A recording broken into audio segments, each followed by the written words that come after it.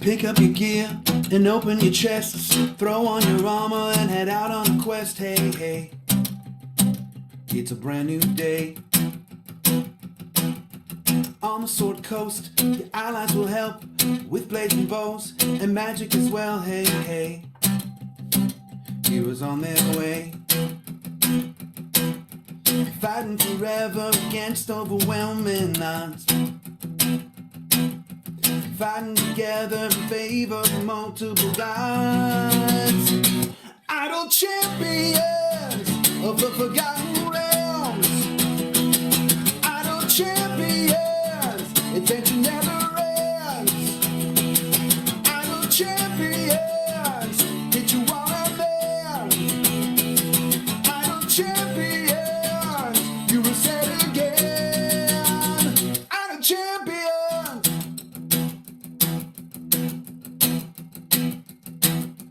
From Waterdeep to Icewind, head out the shelf, all Shadowfell, hey, hey.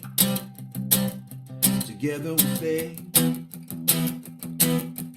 Walk to the monsters, walk to the boss, walk to the right, it's never a loss, hey, hey. Bad guys to slay, fighting forever against overwhelming odds, fighting together in favor of multiple gods. Idle champions of the forgotten realms, idle champions, adventure never ends. Idle champions, hit you all at them. Idle champions, you will say it again. Idle champions, idle champions, idle champions, idle champions.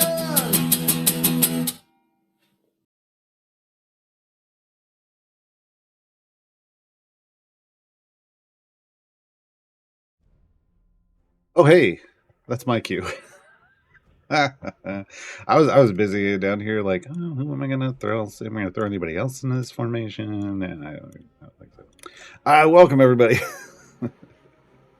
Welcome to Gaarawarr's Guide, the tutorial show.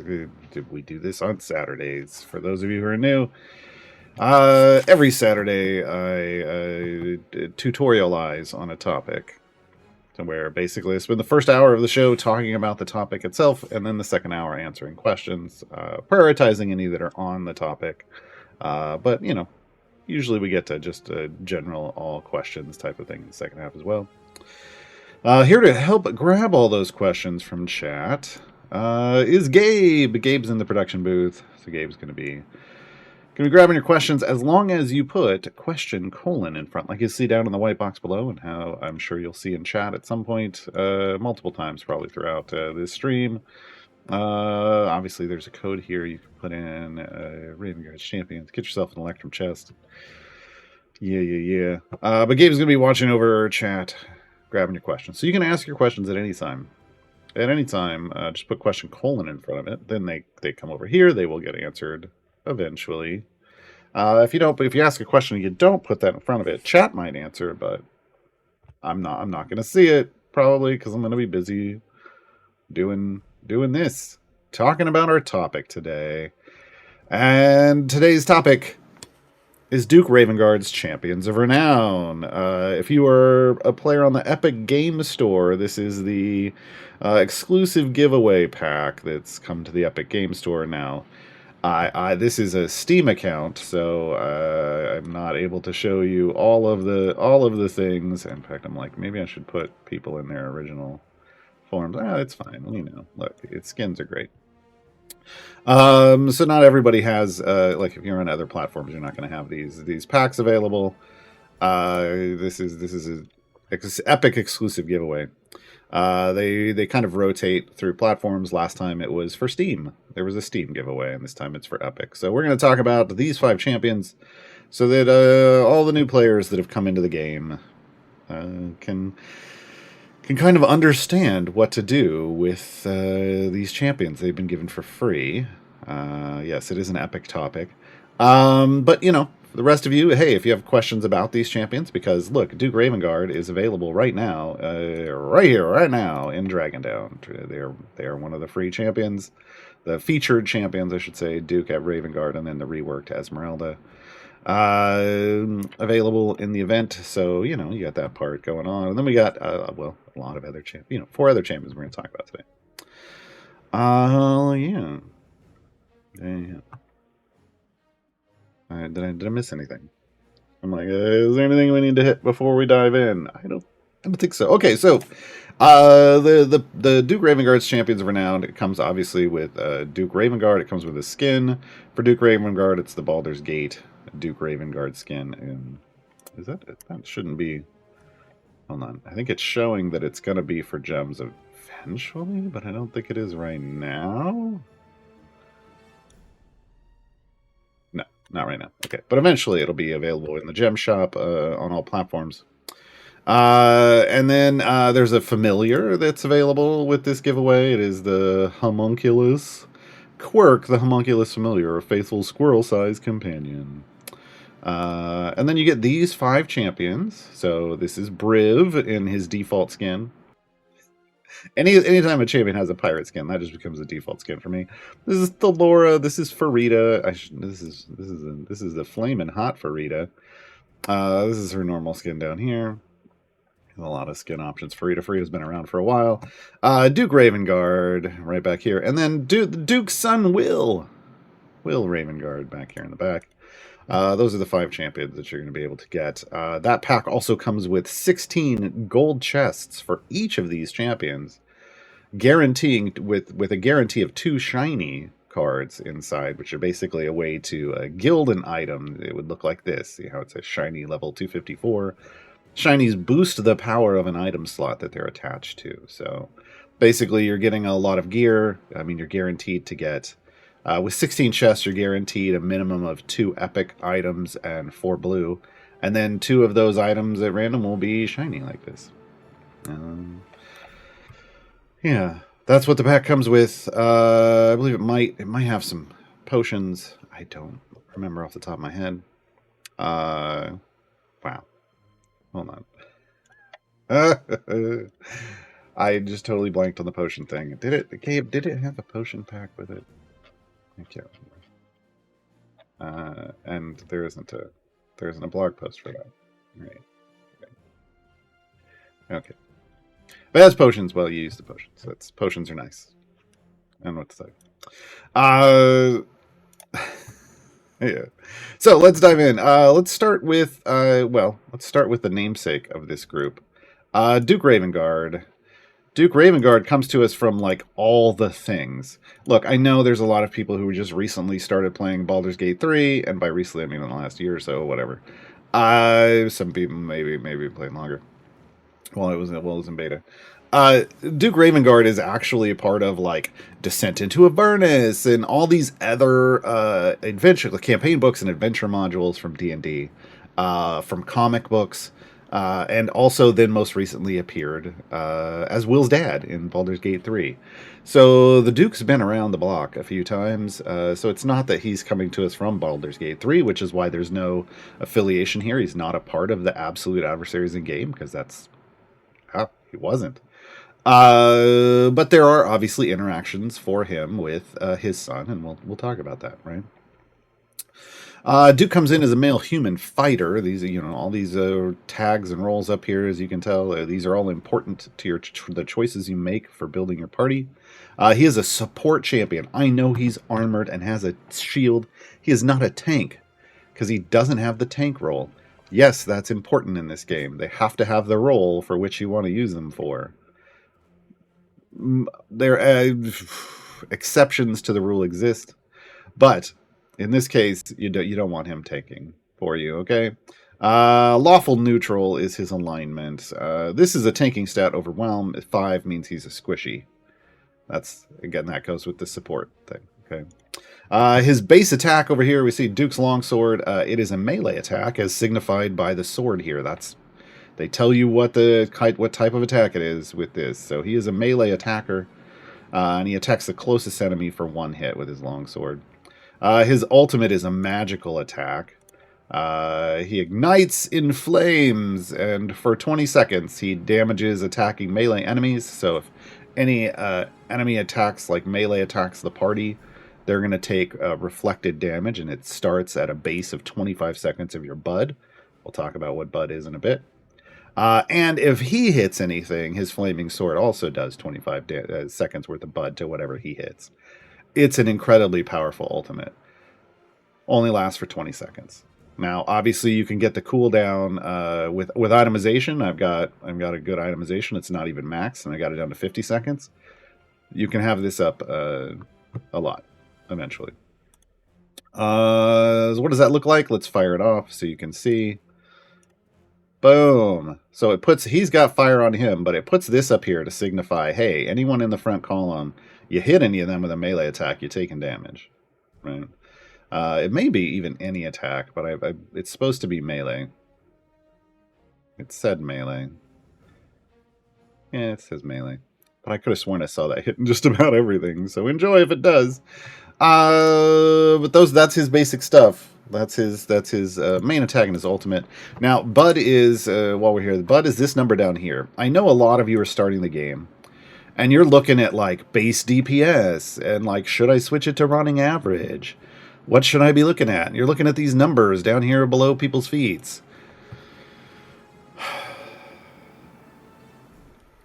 If you only hear me say one thing today, hear this. Don't use these numbers to build your formation. None of this matters. These things don't matter. This matters. Bud stands for your base ultimate damage. It is the base multiplier number they use to figure out how much damage ultimates in the game are going to do, so that ultimates will scale as you scale, because once upon a time they didn't. It is literally your DPS. Whoever hit for the hardest recently. So you can see we got by Wyll 10 seconds ago, and it's counting down. Whoever hit the hardest, it takes that amount of damage, and it divides it by their attack speed to get your actual damage per second, and that is the value of your Bud. Okay? Bud is what truly is determining whether you've built a good formation or not. Okay? These other numbers, this is a lie. It tells you it's a lie. It says, I'm a static version of your base DPS. That there are so many things in this game that fluctuate. There's your first clue that it's a lie. And this one is an average of recent attacks. Well, it even says, could it increase or decrease for reasons that are not immediately apparent? Well, then that means you don't really want to use them. And this is somewhere else. I don't even know. So use Bud. And then to determine, you figure this out, and then when you get to your wall, like to a place where you can't kill anything anymore, and they kill you instead, you start making changes to your formation, and you combine like what your Bud is with how far you can get in the areas. That's how you figure out if you're building good formations in this game. All right, so Duke Ravengard. Let's look at his abilities. Now he has an ability here called Level 0. What that means is it's a passive ability. It applies all the time. All the time, even if they're not in the formation. It's applying and functional. It doesn't affect the party per se, but it affects them as a champion. So there's his critical hit, so it makes their base crit hit chance 20%, and we can see that reflected here. The normal base crit chance for any champion in the game is 2.5%. So his is 20%. So much nicer chance to crit, and that works with his kit. He has a crit-based kit, and that's one of the clues. His primary ability, the one that is kind of core to his functionality, is Marshal of the Flaming Fist. I'm glad I pronounced that right this time. Duke Ravengard gains a command stack for each champion with a melee base attack in the formation, including himself. Each stack increases the damage of these champions by an amount that can vary. I don't want to say this number because my number is different from your number. It's an amount that varies. And it stacks multiplicatively. Okay? Multiplicatively in this game is the good way.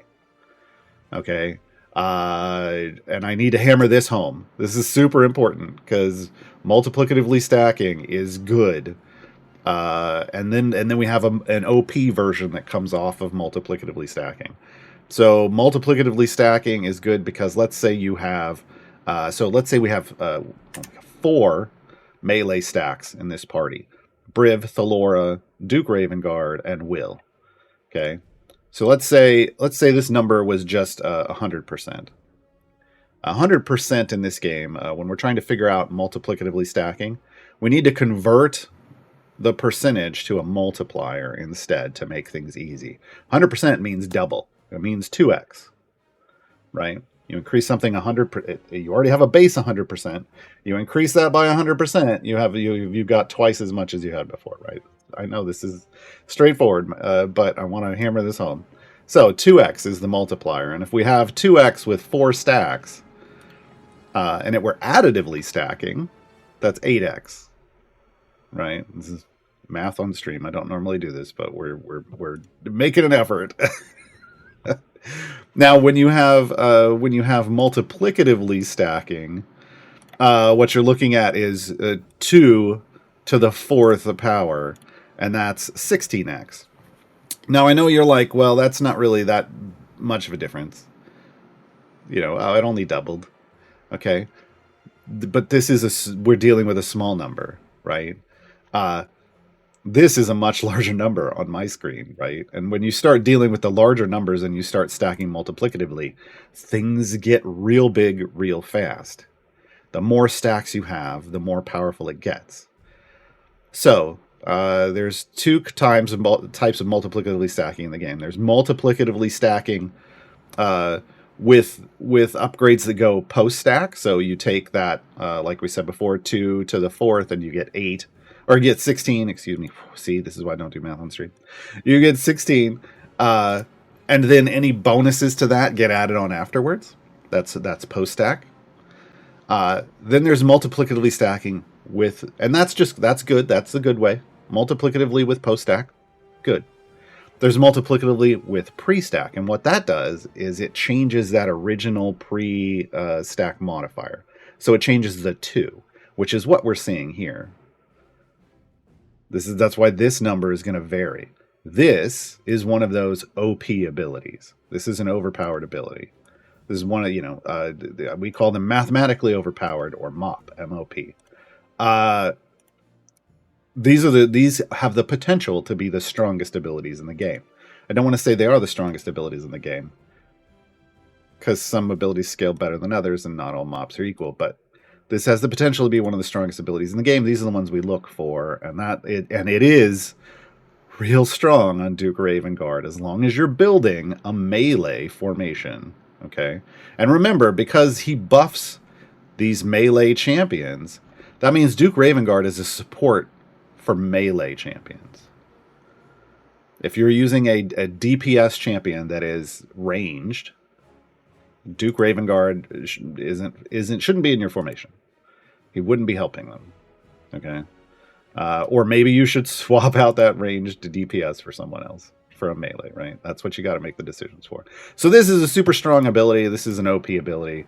This gets big ridiculously. I love it. It's great. I love it. It's great. All right, next up, critical teamwork. This is what feeds off that 20% crit hit chance. Whenever a champion with a melee base attack gets a critical hit, there's a call out that you should be using a melee DPS with Duke Ravengard, because this only works. His stuff only works with melee champions. Whenever they crit, and this includes himself, increase the effect of Marshal of the Flaming Fist by 50%, and then additively increase the odds of all champions in the formation getting crits by 1%. So he can boost the crit chance. He can boost the crit chance by 1% every time he gets a crit. Both effects stack up to 50 times, but reset when you change an area. So I'm going to turn off the area change here, and you know what else I'm going to do? I'm going to take these familiars off the field, and we're going to see if people start critting. I mean, they will eventually. But what you'll see is as people start critting, this chance is going to start going up. So just base, if you were on an area and you're getting closer to your wall, and it's harder to kill things, so you hit them more than once to get them off the field, you're going to start seeing the crit chance ramp up, and the longer it takes for you to clear that area, the closer that's going to get to the full 50%. So he'll add 50% crit chance to everyone in the party, whether they're melee or not. But because the buff, but only melee champions are going to actually count when they crit. The other champions won't, to max this up. And remember, his buff that you're also increasing only counts for melee champion. So this is fantastic. Getting this maxed out, huge bonus. Position of power. This is his next ability. Duke Ravengard increases the effect of the outgoing positional formation abilities of all champions with a melee base attack. So again, melee only. By 25% for each command stack he has, and this stacks additively. So this stacks in the way, right? But it's still a very strong ability because anytime you're buffing other people's abilities, they are already creating strong abilities, and then you're making them better. So even though this could potentially only get to 10 command stacks with 10 melee champions in the party, 250% boost, that is still a significant boost. It's not outrageously overpowered, but it's still a significant boost. So keep that in mind. Now, what's a positional formation ability? We should probably define this for people who are new. I usually shorten this to a PFA. So this up here, Marshal the Flaming Fist, it's a formation ability. This is a formation ability. Anything that's affecting the formation is a formation ability. These are directed formation abilities because it's for people with melee base attacks, right? It's not positional. A positional is something like when you start the game, you start off with our famous tutorial dwarf, Bruenor, and he has an ability called Rally. This is his basic buff. And it increases the damage of champions in the same column as Bruenor. Right? That's a positional formation ability. It is a formation ability that is buffing a specific positionality in the formation. So in this case, same column. Celeste, your second champion, Crusader's Mantle, increases the damage of champions next to her. Positional formation ability. So anything that has a positional reference is going to be a positional formation ability. There's nothing else to call it out. You just have to read the abilities and understand how they work. I'm so used to just putting Mercurial in my formation. So that's what you're looking for with the Duke. But again, the important thing with the Duke is melee champions. Melee champions with Duke Ravengard. If they also happen to have positional formation abilities, bonus, right? Bonus. All right, now we get to specializations. So specializations are exactly what they sound. They're supposed to tailor a champion to a specific scenario. Now, that's the best case scenario. Sometimes specializations just give a boost to an ability that they already have. It doesn't necessarily change their functionality, but sometimes it can change a champion's functionality. In this case, we have 3 specializations that are going to target different types of formations that you're building. Okay, and that's what you want to keep in mind. So, lead the charge. When Duke Ravengard gets a crit, he follows up by bashing the enemy with his shield, knocking it back a short distance. So he goes from hitting once to hitting twice. That's important to remember. And you get a knockback. When this occurs, all melee champions adjacent to him, that's a positional, to have their base attack cooldowns immediately reset. If you are going to be using this, you want to make sure that you have Duke Ravengard adjacent to your DPS, because that's really whose attack you would want to reset, and also to maybe any debuffers. This is very much about, well, I want the Duke to hit twice when he attacks. We'll probably be building a high crit team because we want this happening a lot, and it's going to help you get through armored enemies, really the most. I mean, segmented health too. So, or hit based. So anything that has a segmented health bar, which if you're brand new, you may not have seen yet. But instead of the long red bar of these imps that are coming on the screen, it's divided into chunks. And the one with a shield on it is armored. And that takes a minimum amount of damage to break through and remove a segment of health. So having the Duke hit twice is going to help remove segments, especially if his ult is on. right? And he's going to reset everyone around him, and that's also going to remove segments faster, right? So this is a very specific type of scenario that you're going to lead the charge. Strength of Baldur's Gate is a more general scenario. It's the one I tend to choose the most for just generic pushing. Champions with a melee base attack have their crit chance increased by 20% additively, and their crit damage increased by 1,000.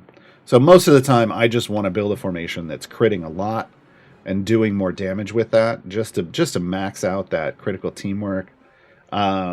This is a good generic specialization. Legacy of Ravengard. So, I should call this out. So he would boost everybody by 20%, and remember they start at 2.5, so that would take everybody to 22.5.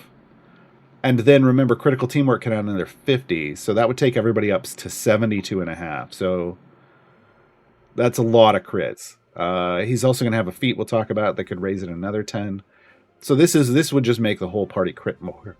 So if that's what you're looking for, there you go. Legacy of Ravengard. This is specifically for building formations with his son. So if Wyll is in the formation, anyone affected by Wyll's folk hero benefit gains an additional stack, but the maximum remains at 4. We'll talk about this more when we get to Wyll. I also think that there might be an issue with this not working 100% of the time currently. If so, the devs are sure to be working on it, because this is a big thing. If you're building a Wyll formation and you're not getting 4 stacks already, which we'll talk about, this gives you a free stack. That's a big deal. That's a big deal. I'm going to go ahead and just do Strength of Baldur's Gate, because like I said, that tends to be what I do. I just happened to look over in chat and I saw somebody put exclamation point drops. There are no drops for this game. I know there's a thing that says link for drops or whatever. That's an old thing from a long, long time ago. There are no drops for this game. Don't worry about that in chat. Whether on this channel or any other. Also, a reminder, if you have questions for me, please put question : I will get to it in the second half of the show. Probably going to go a little more than an hour, because I want to make sure that we're covering all of these terms for new players, because we do have a lot of new players in chat. But I will get to your questions, I promise. Gabe is grabbing them. Gabe is amazing. I already see my document filling up with questions. Okay, so that's all the base abilities of Duke Ravengard. Itemization is important in this game. Picking up items, all the items are the same. For a champion, you can't get random stuff. This isn't a game where you go out and farm gear in the sense of farming random drops. This is it. See, slot 1, damage all champions. Slot 2, damage all champions. He's a support. This makes sense. He's buffing the damage of all champions. This slot 3 buffs the Marshal of the Flaming Fist ability. This feeds into that pre-stack multiplier. So the more item levels you get on this, the more powerful this item is, the more powerful that ability gets. This one buffs critical teamwork. This one increases his ultimate attack damage. Remember, that's already major damage, 25 seconds of Bud. This makes it bigger. And this reduces the cooldown on his ultimate. Now, this is pretty standard for the slot 6 items. And it has a cap. So at the top right of the card, you can see it says 259 out of 501. It has a power cap. These others did not. And the reason for this is you can only ever reduce an ultimate by 75% of its length. So for example, Brunor default has a 60-second ultimate. When you max out his item, he has a 15-second ultimate. Right? You reduce 75% of it. Okay. So this helps to get some of those longer cooldown ultimates down real short. All right, feats are another thing you can add to a champion. Remember, this is loot out of chests and from giveaways. Some of feats can come from a variety of different places. You can see some can come from regular gold chests. Some you buy from gems. There are some that are default, and the default ones are the green ones. So he gets damage all champions feats.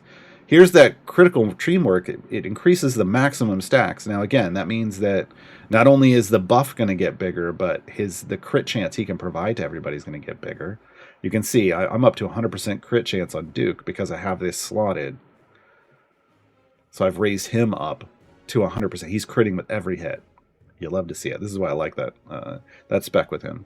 You can buff Marshal of the Flaming Fist with feats. You can buff Position of Power. You can buff critical teamwork, the buff off critical teamwork. Yeah, this is a stat feat. Some champions have these stat feats.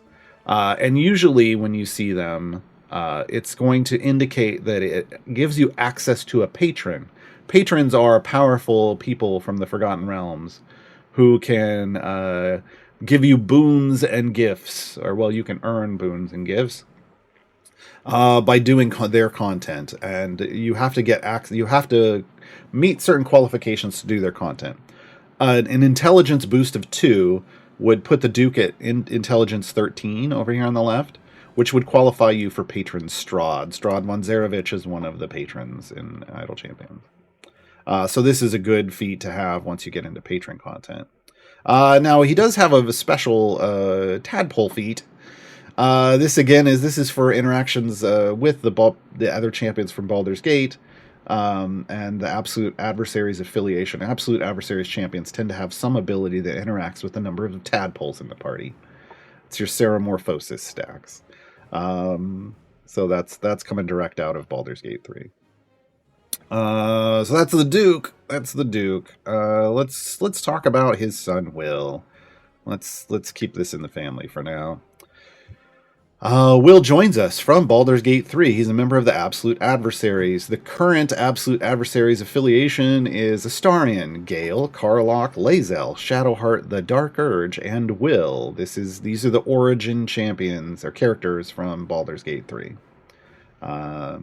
He's a male human warlock, neutral good. He is also pure support, so he's here to support his team. His melee attack is, you see 2 icons here. It's Blade and Blast, so it's a combo of melee and magical. So he stabs the closest foe, so he works with his dad, and then he casts Eldritch Blast on the lowest health enemy, just to rub it in. His ultimate is Mizora. Wyll's patron Mizora appears behind him for 15 seconds, increasing his attack rate, so his attack speed, and making him deal ultimate damage for the duration. So that's where he would do this Bud-based damage. And effectively, that makes him, just like with his dad, it helps make him like a secondary DPS in a formation. Because usually in Idle Champions, you build a formation around one damage dealer. All the buffs pointing to one person. But then you can have people like Wyll and his dad who have a button that basically makes them become equal to the DPS. Here's what it looks like. Yeah, she's creepy. Now he's doing, and now if he weren't the DPS already in this formation, just because he's leveled up, he would now be a secondary DPS. His primary ability is, I'm just going to say it. I'm just going to call it now. Potentially the strongest ability in the game. It is Folk Hero. So he has the potential to give you the biggest buff in the game. Wyll increases the damage of all champions that belong to the most represented race, class, and or affiliation. I know it doesn't say and, but it's important. In the formation by an amount. That amount, you can see it's not a small number. It's a big number. That means this is affected by an item over here. It's a slot 2 item. If there's a tie, all tied groups gain the buff, and champions who are part of several groups can gain multiple stacks of the buff. When you get multiple stacks of a buff, that means you get the buff, and you get it again, and you get it again. They multiply against each other. That means this is a multiplicatively stacking ability, and as I just noted, this is a pre-stack multiplier. So, this is one of the things that makes him gives him one of the biggest buffs in the game, multiplicatively stacking. Up to 4 stacks. Buffs apply to the pre-stack value. It even calls out and says, "Hi, I'm OP." That's what it's doing when it says this. Okay. So yeah, Folk Hero is the thing. So when you try to build a party, you're trying to figure out, can I have my DPS tied for race, class, and affiliation? And maybe they're multi-class. Maybe there's a feat that makes them multi-race. That's a thing in Idle Champions. Because you want to get 4 stacks. But if you can only get 3, well, then you throw Duke Ravengard in, and he gives you that 4th in that specialization, right? And this gets tracked in the Formation Buffs tab. So we can see right now we have 2 humans, 2 of both Paladins and Warlocks, and 1 each of Heroes of the Plains, Brimstone Angels, and Absolute Adversaries. So right now, human warlock, there's a reason Wyll is the DPS. It's because he's getting human and warlock, and he's tying.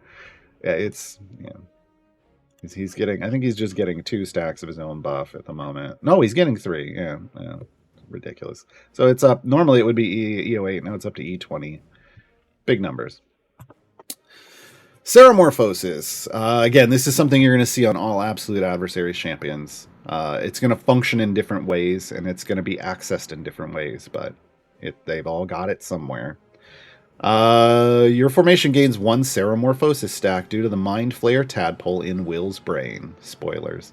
Wyll increases the effect of Folk Hero by an amount, and look, that scales, for each Ceramorphosis stack stacking multiplicatively. Look, that's not a base value, that's a big value. That means this is multiplicatively stacking with buffs on the pre-stack modifier. There's an item for that. Wyll is super OP. Wyll is just big. Wyll's a big deal. Wyll is a much bigger deal in this game than he is, I think, in Baldur's Gate 3. Yes, that's me judging Wyll in Baldur's Gate 3. A Heartless Contract is his next ability. Fiends are Wyll's favored foes. He doesn't like fiends. Any enemy in the game that's tagged with fiend, and you can see these are all fiends. It says fiend, flying, devil. You can see them under there. He doesn't like them. Favored foe is a mechanic in this game, and once you know that there's a favored foe, someone in the champion is creating a favored foe like this, like saying, I'm declaring these are favored foes. Other people, and even themselves, can have abilities that cue off that. So the follow-up here is, all champions deal 400% more damage against Wyll's favored foes. So he's helping you kill fiends. Now, there are a lot of champions in the game that have favored foe mechanics, and so this can interact in a variety of different ways. I'm not going to go over all of it. Just know, favored foes are a big deal. His are fiends. Bravado is the next ability. Each time an enemy or a distraction is defeated. What's a distraction, Gaarawarr? I'm going to answer this one right now. Lots of things are distraction for me. Squirrel? Oh, sorry. That's ADHD, folks. This is a distraction. Look, I killed it. These little flying things that show up at the top of the screen up here. Yes, you can make your HUD go away. You'll see things like birds and bats and things fly across the screen. You'll also see like mice and other animals skitter across the screen. You'll also sometimes get to levels where there's a rock and suddenly it's moving. And if you click on it, you get stuff. These are called distractions. So for Wyll, there's another one. Look, I killed it. Anytime with Bravado, anytime an enemy or a distraction is defeated, Wyll increases the effect of Folk Hero by 25%, stacking multiplicatively up to 10 times until the area changes. So again, another multiplicatively stacking ability with 10. Its modifier is small and it stays at 25%, but still. Now, the reason it's enemy or distraction is because eventually when you get near your wall, it's going to be hard to kill things. But if a distraction is flying by, you can click it and get that buff and then be able to kill things. He's got a really good kit, folks. Specializations. Now, this is going to really vary on a variety of things, and I think you'll understand when we get there. This is Pact of the Blade, Pact of the Chain, and Pact of the Tome. These are Warlock Pacts. So, Pact of the Blade, Wyll increases the effect of Folk Hero by an amount that clearly varies, because that's a large number, on champions with a melee base attack. So if you are building a formation with Wyll and his dad and everyone's melee, this is going to be a big number and might be what you want to pick. Pact of the Chain. Wyll increases the effect of Folk Hero by 10% for each familiar assigned to his party, stacking multiplicatively. If you're new, you're not going to have a lot of familiars. In fact, you might just have Quirk the Homunculus. Well, you should have Quirk and you should have Baby Guinevere, which is in a free pack in the shop. Go get that. But some of us who've been playing the game for 6.5 years or have spent a lot of money on the game have a lot of familiars. I got 98. I got 98.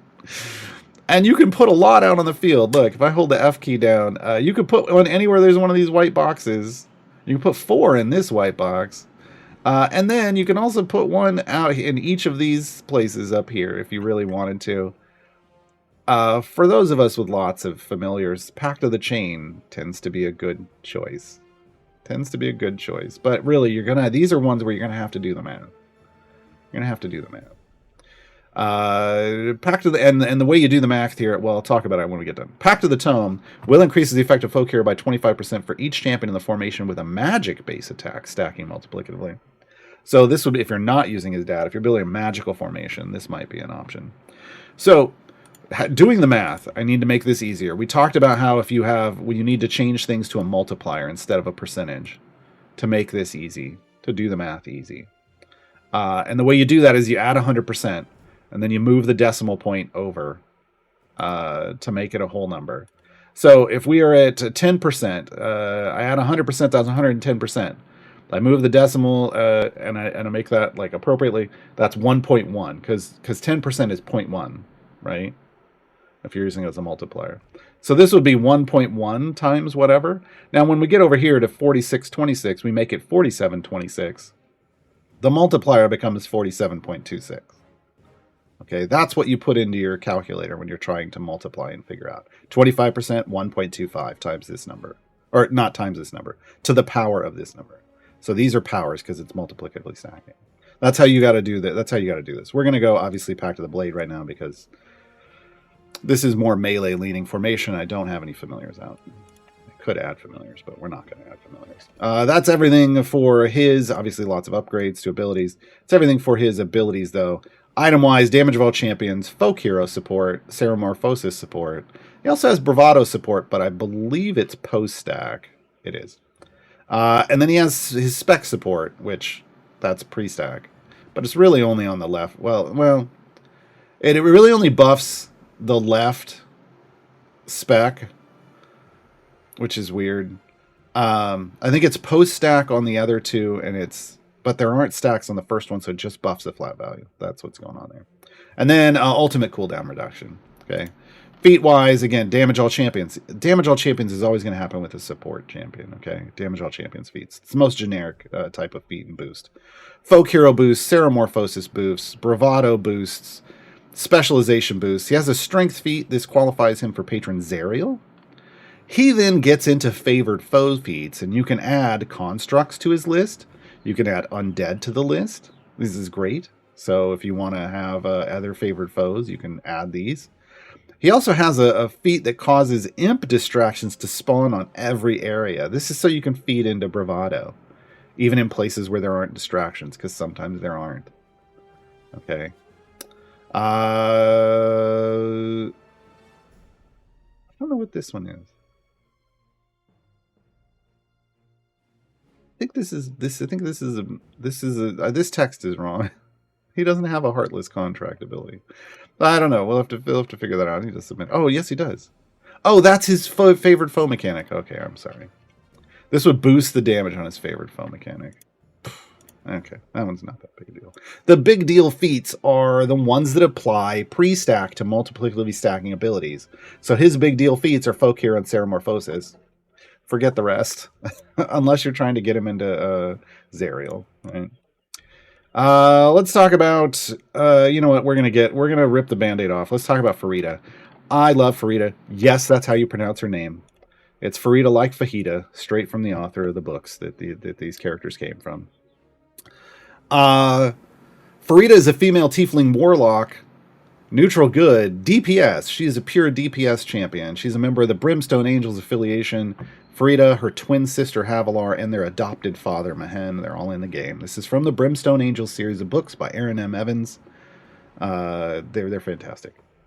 Find them wherever digital books are sold. These are D&D official D&D books. Here's the thing about Farideh and this pack. Her main attack is magical. Scorching Ray. She creates 3 rays of fire and hurls them at random enemies. This means Farideh doesn't really get buffed by Duke Ravengard. I know that's like, well, why put her in the pack? That's a good question. I think they probably just wanted to give you some variety. Because she does work with the other 3 champions. She just doesn't work with the Duke. So just know that, you know, if you're going to put Duke Ravengard in your formation, then Farideh shouldn't be in it. Shouldn't be in it. Because she's not getting anything from the Duke. All right.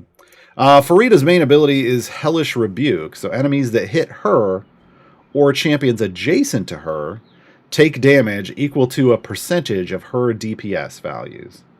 And it is larger than 100% at a certain point. So this can become her biggest damage. So she wants to be like right here so that when someone hits the tank, she can hellish rebuke whoever hit the tank. How dare they hit her friend?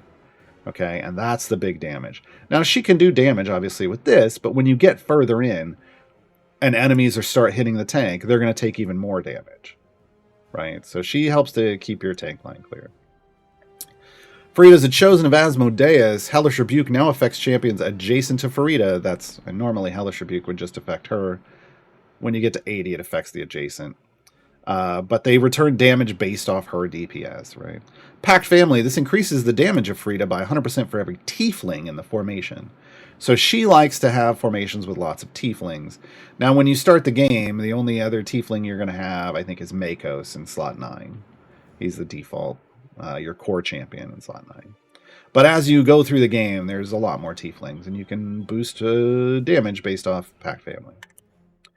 Her specializations are going to adjust her placement in the formation or just give her more damage. So Dark One's Luck. Hellish Rebuke now affects champions within 2 slots of Farideh. So that means you can put then Farideh all the way back here.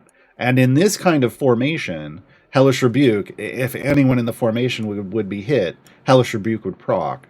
Now I know if you're new, you're probably going, well, but the enemies just hit the tank, right? Right? No. There are some enemies that will cleave through multiple lines of your formation. There are some enemies that do AoEs across the entire formation. There's some enemies that attack random people in your formation. So that can help you. Farideh can help in those kind of situations by just smacking them every time they try. Dark One's Blessing is just straight up damage. It's going to double her damage, right? I tend to go for formation placement functionality personally, but you do you. It's your game. It's your game.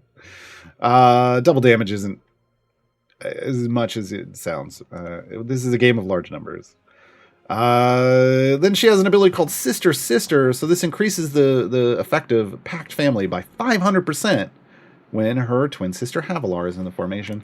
Havi is over here in slot 10 eventually if you unlock her. Also tiefling. So a little buff if the sisters are in the formation. That's everything. Itemization, she's real straightforward. She is one of the earlier champions, so real straightforward kit. And DPS champions tend to be real straightforward kits. It's the support champions that tend to get a little... What? Like, that's kind of the reaction to some support stuff. Infernal Aspect is her ultimate, so she taps into her Infernal Bloodline, pushing away and slowing all enemies, then damaging a random enemy every second for 15 seconds. This is what it would look like. She's like, get away from me, and she's got these flames coming off of her, and then it's just random damage. She would have pushed an entire wave back, and then they'd slowly be creeping forward, and then she would just start lighting them on fire. Itemize a pair of self-damage items, because again, DPS. She can buff her Hellish Rebuke, which she can buff Pack Family, then she buffs her ultimate and her ultimate cooldown. Right? Feats, now for a DPS, their default feats are basically going to be like damage, self-damage. Give me all the damage. So you're going to have those. You're going to have Hellish Rebuke feats, Pack Family feats. She has a Wisdom feat. That one has nothing to do with patrons and is most likely affecting another champion or getting her into some variants. I believe Wisdom 14 is Narak. So there's other champions. Sometimes feats will just qualify you for getting buffs from other champions, and that's what this one does. You can increase her attack cooldown, so she can attack faster, which is nice. And she has an immolation feat. Some champions that have a relationship with fire tend to get an immolation feat, and basically it makes it so her attacks also deal 1 second of bud damage every second for 5 seconds. So it lights something on fire. That can be great, again, for hit-based and armored enemies. So that's Farideh. I'm a big fan of Farideh. Let's note we're leaving Briv for last. Thellora. Thellora is, if we had a Wonder Woman champion in the game, it's Thellora. Let's get that out there. Female Centaur Paladin. She's lawful neutral. She has 3 roles. She's a tank. She's a support. And she's a speed champion. Tanking is pretty straightforward. She can take damage. You can hit her, and she can take it. Support, we've talked about that before. Speed? What? There is a speed roll in this game, and basically a speed champion is going to provide some kind of an effect, generally that has nothing to do with damage, that makes you progress through an adventure faster. Okay, speed champions, love them so much. There's lots of different ways you can speed the game up to make your progress faster. Thellora offers you one, and it is in her passive, that wall of text here that we're going to get to, Plateaus of Unicorn Run. Overwhelm. This is a champion. This is our first champion with a decent overwhelm number, 25. Okay, 25 is usually what you're going to see for most tanks. Like a starting off pretty good tank, 25 overwhelm. Some will go higher, and they'll have feats for that too. So the champion becomes overwhelmed when they're being attacked by 25 or more enemies at once. So up to 24 enemies, normal damage. After 25, you start taking bonus damage.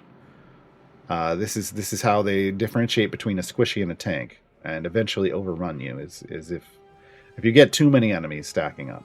Okay. Plateaus of Unicorn Run. Thellora gains a rush stack. No, we're not talking about the band.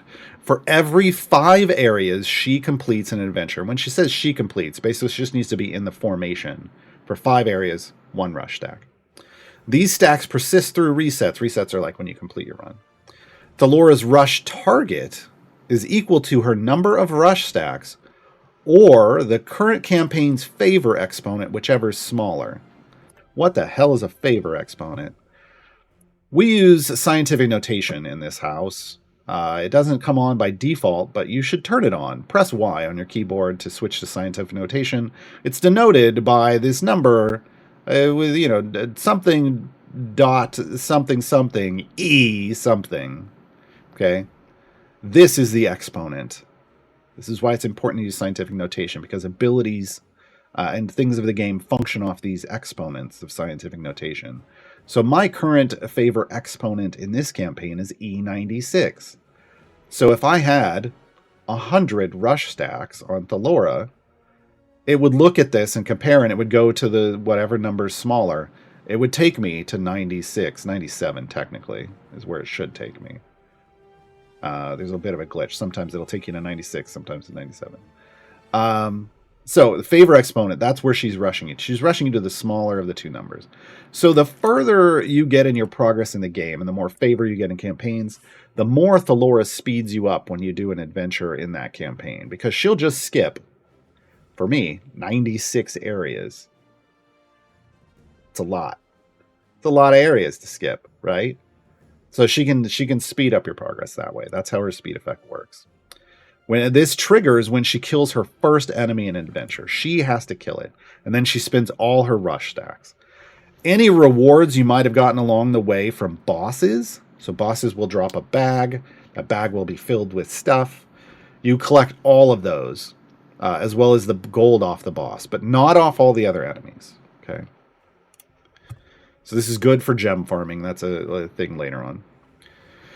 Next ability, our first ability, truly. Strength of the Luma. Thellora increases the damage of champions in the column behind her by a lit amount. So this is a positional formation ability. She has a positional. And she is a melee, so she does work well with Duke. Paladin's Resolve. Each time she attacks but doesn't kill an enemy, because again, she's not the DPS, she increases the effect of Strength of the Luma by 15% until the area changes. This stacks multiplicatively up to 100 stacks. It's solid. So this is when you get to a point where it's just harder to kill things and to move forward. She's going to keep providing damage until you can clear, or until she gets to 100 stacks, whichever comes first. This is the good way. These are great mechanics. Her ultimate is the light of Mount Tura. I forgot the name of the mountain. Thellora charges through the enemies, dealing 1 massive hit to them in a wide path. This is a screen-wide effect. She then increases damage of all champions by 400% for 15 seconds. So this is a more damage button. So this is what it looks like. When it triggers, boom, she rushes off with light falling on her. And then you get 15 seconds of everybody doing 5 times the normal damage. Okay. Specializations. Defender of the Meek, Vanguard of the Quick, or Kalessa's Bless. Now, this is an example of a situation where you're trying to go for the biggest number. She's not changing her functionality at all. Okay? So she's increasing damage of specific champions that are called out here by an amount for each of those champions in the formation. They stack multiplicatively with pre-stack multipliers. So again, this is one of those mathematically OP abilities. So you want the biggest number. You want like the biggest number down here. Now these are all tied. So then we look at the biggest number that's in the text, and it's going to be Defender of the Meek. So Defender of the Meek is champions with a strength of 12 or less by the largest amount here. Vanguard of the Quick is speed champions by an amount, and Kalessa's Blessed is female and non-binary champions by a certain amount. So in this case, this is a larger base number. All of these match, so we're going to go Defender of the Meek. You got to figure that out. Because the numbers are fairly close, if the others had been even one higher, you would have gone with one of the others, but they weren't. Right? So you're picking the largest number there. Yep. Okay, she's got another one. Radiance of the Sky Sense. Thellora increases the health of all other champions by 25% of her max health, and any healing effect on those champions is increased by 25%. So this is a health share ability. It also has a healing boost attached to it. This is kind of the new way they're doing these health share abilities. But any good tank is going to have health share. Now, the values might change. Some tanks are going to share more health than others. But this is part of how a tank helps your party survive. Because remember, I said you might run into enemies that attack the rest of your party. Well, tanks are the only champions in the games that get more health as they level up. The others stay squishy the entire time. Sharing your health with a tank makes the party stronger and more durable. All right, and then there's a pun, because of course there is. Feats to spare. Get it? It's a centaur. The effects of feats assigned to Thellora also apply to all adjacent champions. Feats that buff her formation abilities have no effect, though. So, generic feats that are more generic buffs that everybody could get, you put them on her, everyone around her also gets them. This is real strong. This can be real strong, right? So if I'm boosting damage of all champions 25%, and I have her for some reason, strange reason, let's say I have her in the middle next to 6 champions, that's 6 of those. That's 6 of those buffs now. Plus hers, 7 total, right? You can do this. She has health feats. That's going to increase the health of everyone, right? You just can't do. You can do overwhelm feats and increase the overwhelm of tanks she's next to. She's got an attack speed one. She's got a constitution one. It just isn't going to work if it's her specific formation abilities. So pretty amazing ability. The first of its kind. I don't know that we've still explored the full possibilities available with that, but enjoy. Item-wise, damage of all champions, health item. If your tank doesn't have a health item, rip. Right? Like, it's not going to... maybe not the greatest tank. They'll still function, but... because you want the health to scale, right? Strength of the Luma, Paladin's Resolve. Here's that specialization item that's going to be the mathematically OP item to boost. And then cooldown reduction for the ultimate. Again, we just went over the feats. She's got all of her formation abilities. Tanks are going to have health feats. She has a speed feat, so it reduces the number of areas required per rush stack by 50%. That's why I had said 5 areas. It's actually 10 base. I have the speed feat in. So it just means she can get her speed effects back quicker. And this constitution feat qualifies her for patron Vajra. Vajra, the Black Staff of Waterdeep. Yeah. All right, now we're going to talk about the least impactful champion in the game. Oh, no, wait. No, we're talking about Briv instead. Other way around. Briv is one of the... most well-known and strongest champions in the game. Arguably one of the top 3 tanks, probably. Arguably one of the top 3 speed champions. Arguably one of the top 3 healers. He's a tanking, healing, support, and speed. He's a big deal. Now, here's the thing. Briv starts out as a solid champion. He's a solid champion all around. But Briv is what we call a black hole for item levels from blacksmithing contracts and duplicate items. The more you put on him, the more OP he gets. And it has to do with his speed effect. But it works for everything. Because I'm going to talk about itemization right from the beginning. Damage all champions, health item, right? And we just talked about the more item levels you get on this, the more health he gets. So that just makes him a better tank, right? He's got Nethery Steel. This is one of his buffs. Unnatural Haste, that's his speed ability. And it scales currently forever.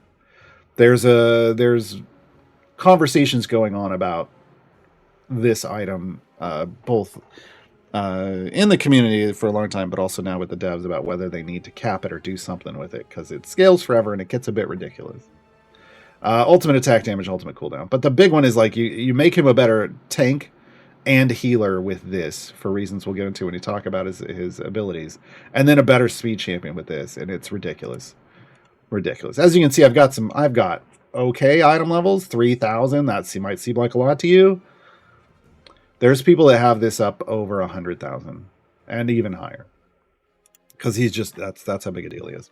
So Briv is a male half-orc paladin. He comes to us from the Heroes of the Plains streamiverse. There were multiple streams. Heroes of the Plains, that is a full affiliation. Alindra, Averin, Briv, Freely, Orkira, Penelope, Whittle. They're all good. They're maybe not all as good as Briv, but they're all good. In their own ways, they're real good. But Briv's the shining star. His overwhelm is currently at 50. But I think I've got a feed in for that. I do. It starts at 30, so that tells you he even starts out at a better overwhelm than most tanks, and then he's got feats for that.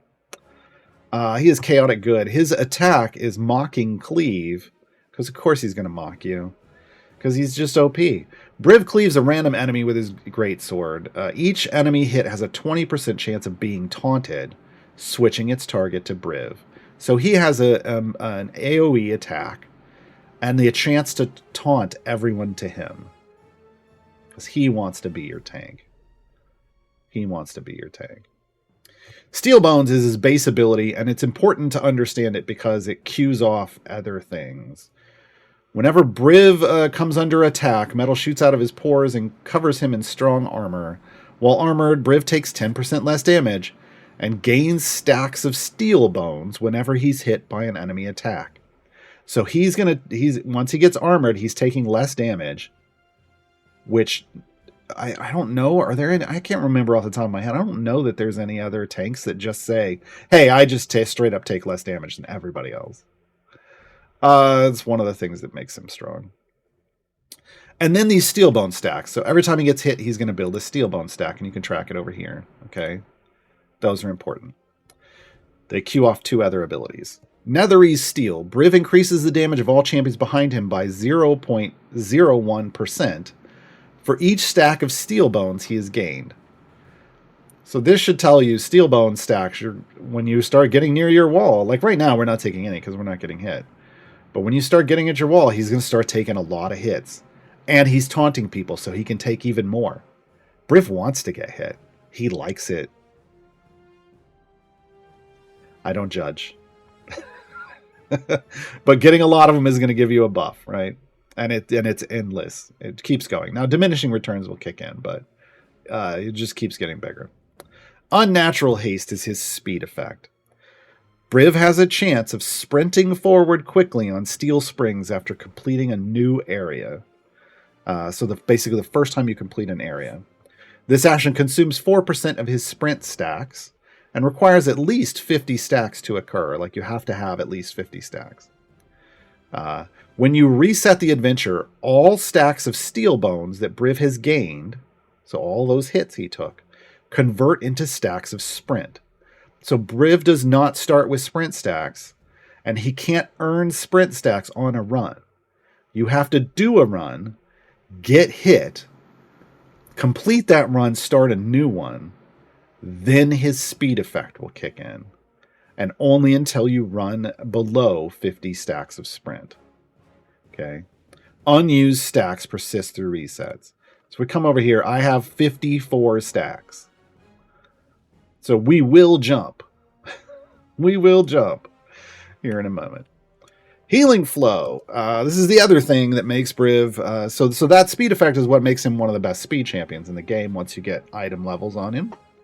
Healing flow is the ability that makes him one of the best tanks and one of the best healers in the game. Briv's pet flump Flow appears next to Briv and telepathically stores healing power whenever Briv is hit. After 10 hits or 10 seconds, whichever comes first, Flow heals all champions in the party for half of the damage Briv took during that time. This is a delayed damage reduction for Briv. As long as he can survive 10 hits or 10 seconds, effectively he gets another 50% damage reduction. But the bigger thing is he heals everyone based off that. Now, that is the only way he heals. He has to be being attacked by enemies. If there's a function where the whole party is taking damage from some variant rule, that doesn't count. He has to be being attacked, and then he'll heal. So if the rest of the party is getting attacked at random and no one's hitting Briv, he can't heal anyone. So there is that little minimum thing. But this is a whole party heal for a lot of health, potentially. Because remember, Briv could be taking, for me, up to 8006 damage, and he'd still be alive. And then he'd heal for half of that, right? There's ways to get that, how much he heals up, too. Remember, Thellora just told us about that. Thellora said she shares health with the party and increases their healing by 25%. That means Briv's going to heal for 62.5% with Thellora in the party. There's ways to get it to 100%. There's ways so that all of the damage Briv takes gets healed as long as he lives through it, which is what makes him the best tank in the game, basically. Oath of Heroism. Briv increases the max health of all other champs by 25% of his max health. He has a pretty basic health share. Specializations. These matter for different situations.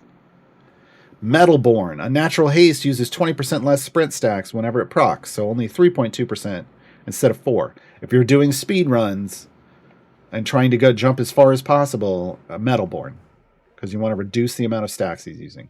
He consumes a percent, so earning an outrageous amount of stacks, like I'm going to earn 1,000,000 stacks and jump forever. Nope, because he chunks percentages off, not flat values. It helps. The more you get does add to the more places he can jump, but not like you'd assume, because percentage removal. Tempered Steel increases the effect of Briv's Netherese Steel ability by 100%, so doubles the buff that he provides to the party. If you're already maxed for some reason, because we're going to talk about it, let me just get here. Go with the flow. Increases the effect of Briv's healing flow ability by 50%. That takes him from the base 50 to 75%. Okay, and stacks multiplicatively with other effects. This is one of the ways you can get to 100%. If you can get to 100% healing without this, you take the bigger buff. Right? We're just going to go with more healing. Now, other ways to boost Briv's healing and to boost healing in general on tanks in the game. Patron Mert. Here's our patron list.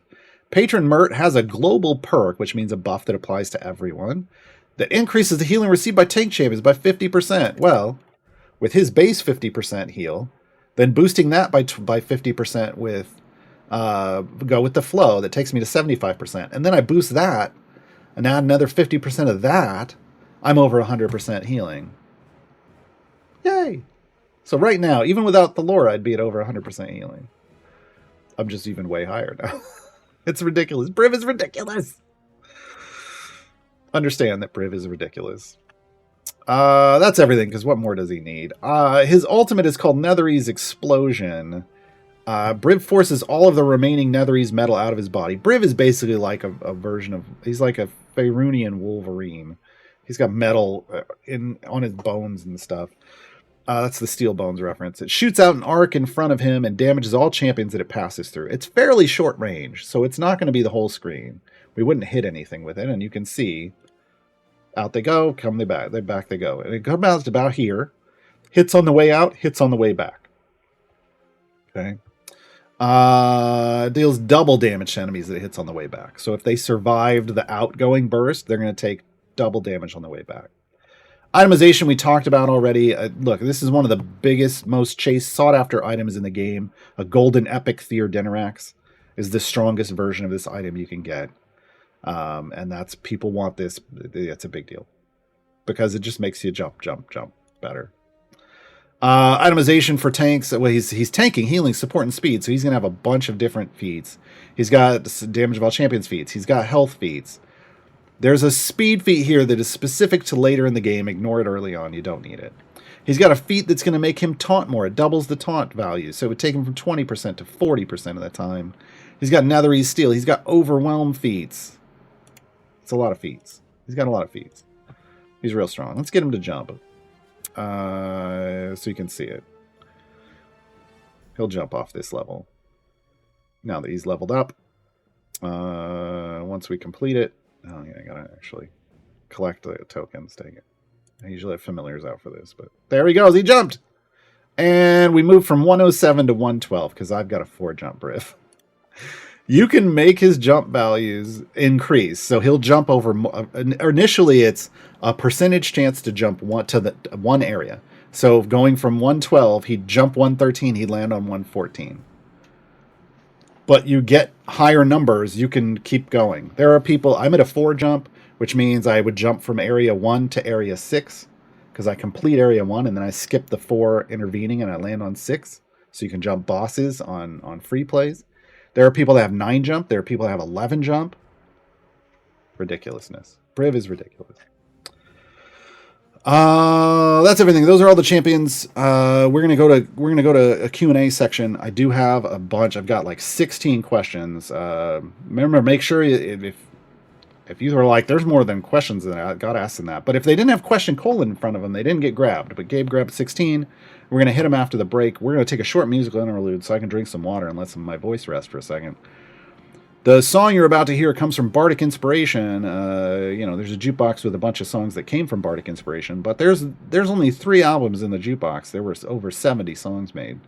This is the original Steel Marrow. It's a song for Briv. I'll be right back.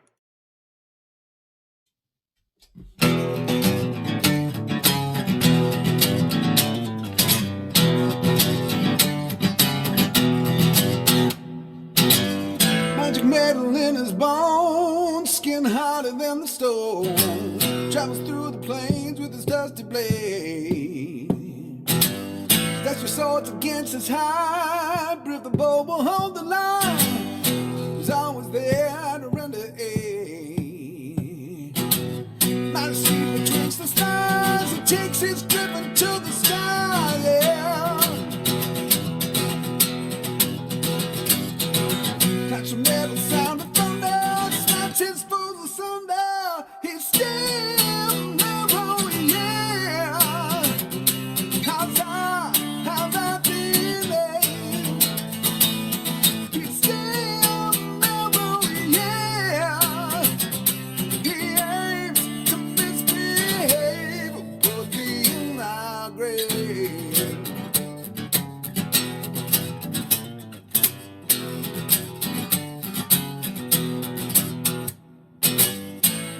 To heal, no match for a man of steel. March from the darkness toward the light. Full of vigor, full of pride. Briv the bash won't be denied. They can feel it flee before his sight. Drawing armor from the skin, never his gift to his kin, yeah. Road in the soul, the lions go. He's still mellow, yeah. How that feeling? He's still mellow, yeah.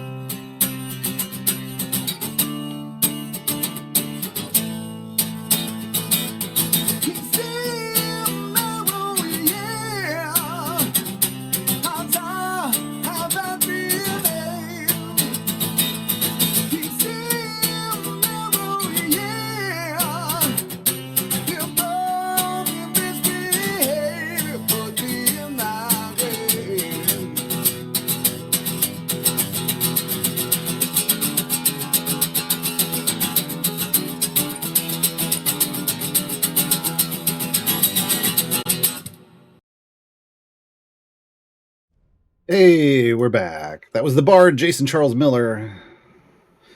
We as a community created those songs together on a stream, not unlike this. Unfortunately, Bardic Inspiration, the stream, no longer exists, but all the music does, and it's wonderful.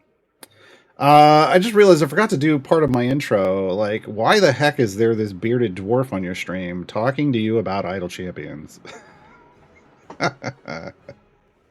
I am not a full-time employee of Codename Entertainment.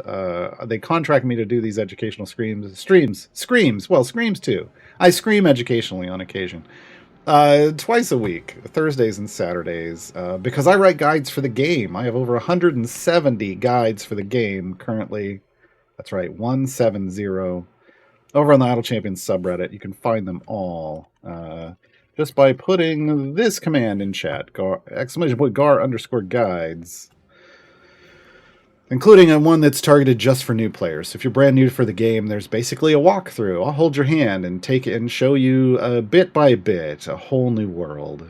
Come with me on a magical journey. No, but it's a milestone-based progression system, and it feeds you references to like homework and things to read along the way, so that you don't get overwhelmed early on. And it's recently been updated for the Events 2.0 world of Idle Champions. So it's going to help you out quite a bit right now.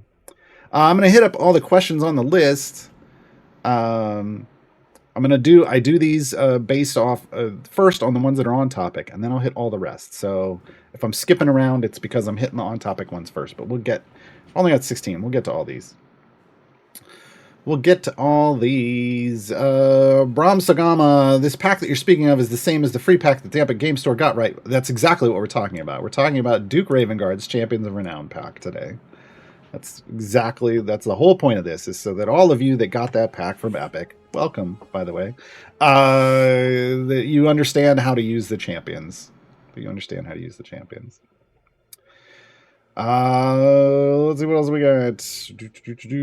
Anything else that's on topic? We got a lot of great new player questions, and I'm going to get to those. We got Zetsubo asks, what counts as adjacent? It's kind of it's the word. It's the definition of adjacent. That means next to. So in this situation, there's the 6 circles around here are all adjacent to Thellora, right? Whereas with Briv, it's the 2 circles that are touching him. So it's any of the circles that are touching the champion. Adjacent. Adjacent means next to. We got anything else that was functional about this? Sure. Gwilas asks, before my question, I'd like to thank you for a lot of guides. You're welcome. Besides Wyll, what are the champions that have the greatest synergy with Ravengard? I'm not going to go into every possible synergistic scenario. I'm going to tell you the best one that I've found so far that isn't his son. Strongheart. Strongheart comes to us from a variety of places, including the 80s cartoon, but also adventure modules and stuff. He was an action figure as well, and we've even got an action figure skin in the game. Strongheart is a huge team up with Duke Ravengard. Arguably, I would say the biggest. I think a better team up than his son, frankly. Sorry, Wyll. You're disappointing as a son. No. Oh, wow. I was channeling the Duke there. Strongheart likes to crit. He has a high crit chance, and he has an ability that functions off crits, where every time he crits, he reduces the attack speed of himself and everyone around him, so he can crit more often, and buffs everyone adjacent to him as well. And every crit is a new stack of that buff, buffing multiplicatively. I've gotten it up to like 18 stacks, and it's a big number that's got item support. That's right, he mops. Huge. I've done it on this account. I also have another account that's my new account. It's about 75 days in. It's going to be today, later when we play. And when I teamed up, I unlocked him early. I paired him with the Duke and Karlach, because Karlach's Bay, and just destroyed stuff. Just absolutely destroyed stuff. So I'm gonna say Strongheart. Like if you're, I would focus on, if you've got Wyll already in the Duke, like Strongheart is a good pickup. Obviously, then you're gonna want a good melee DPS. Might I recommend Karlach? Look, I'm a Karlach fan. It doesn't mean she's the best melee DPS in the game. It just means I think she's the best in the game, so I use her. Just me personally, I love Karlach. Star Chaser 43. Do you need to have at least one of the potions in the potion manager in order to put a familiar on it? Oh, that's a good question. I don't know, because I don't know if it works when you have 0, because I've never had 0 of anything. So I don't know how to answer that.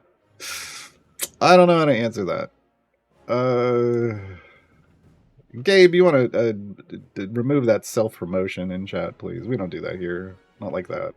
We're streaming. Don't come promote your own streams here. That's rude, folks. Come on. So else, yeah. So I don't know how that works. I've never tried to put a familiar on an empty potion slot. Galone 13. What is the homunculus familiar mentioned earlier? It's from the Epic Game Store pack. So if you've been playing anywhere else and you're not playing on Epic, you're not going to see it. But if you come all the way over here, it's right here. Quark the homunculus familiar.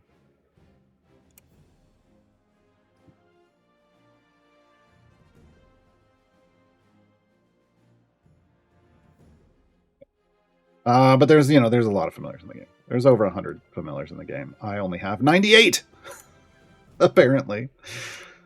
I got to work on that, I guess. Let's see. Anything else that's about this? No. Okay, we're going to go back and we're going to start. I'm going to dive into all these general questions. General questions, sir. Epics 6996. Nice. And Essen. Hello, I'm new. Welcome to the game. What's the best champions currently? I mean, look, there's two answers to this question. One is the champions in this game can serve many niches, like many targeted focuses, and thus there's lots of different champions that can be good at different things depending on what you need. And the other answer is Briv.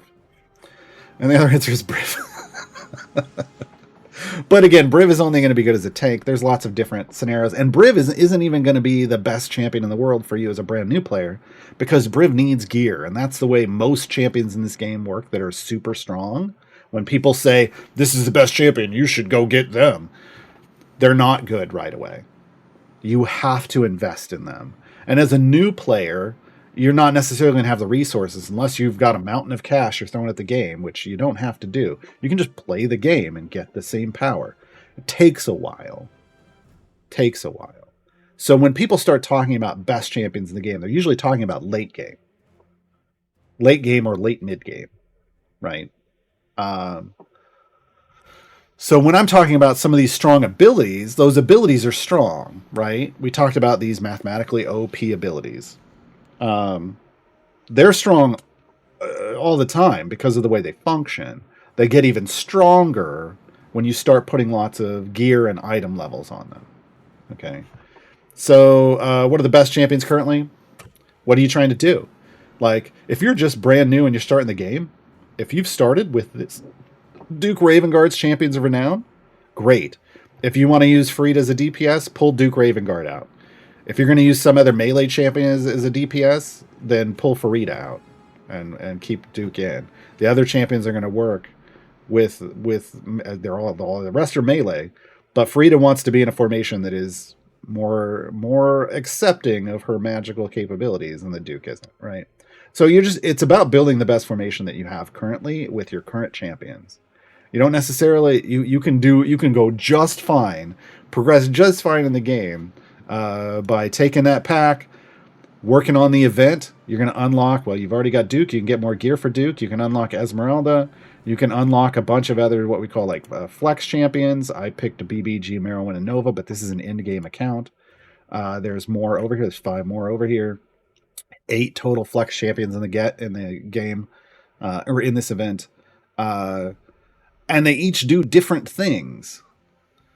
And early on, what you're really trying to do, and I'll be honest, is trying to get 2 champions in every bench seat, because then that unlocks an adventure called Split the Party that rewards you with a Modron core, which is power. It gives you access to more power, and a second adventuring party, which lets you run multiple adventures at once. So early on, don't even worry about what are the best champions to get. Worry about what should I get to progress my account through the game quickest. Okay. Apollo, are all the familiars, I think is what we're talking about, the same functionality? Yes. All familiars click. All familiars click. That's all they do. I know I've turned off the clicking animation because it's got flashes in it, and I wanted to turn off the flashing.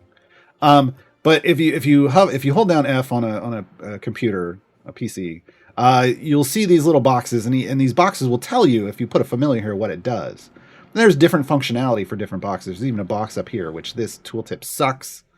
But basically, if auto progress gets turned off for some reason, it'll turn it back on. But all of these will tell you they do different things. Right? This is to turn ultimates. This is a roaming ultimate bar. Look at that little cutie. Just bounces around, and occasionally he'll boop down onto an ultimate. Yeah. So they all do the same thing. They all just have different appearances. Wendigo Scout, have you thought about making another game in the future? I've never made one in the first place. I'm not a developer.